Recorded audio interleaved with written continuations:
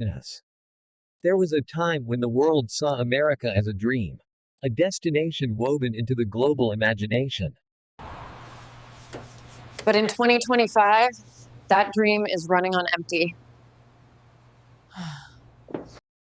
International arrivals are down nearly 8%. Flights are canceled. Terminals are quiet. For hundreds of thousands of small business owners, it's more than a statistic. It's a threat to their livelihood. A convergence of factors, political, economic, and social, are tarnishing the country's reputation.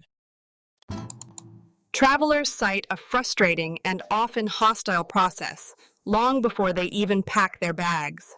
A perception of a nation divided against itself. Has made its most iconic symbols of unity feel strangely desolate. And as the world stays away, Americans are traveling abroad in record numbers, creating a multi-billion-dollar travel trade deficit. The American magic was always its promise of welcome. The world is now asking, what happens when that promise is broken?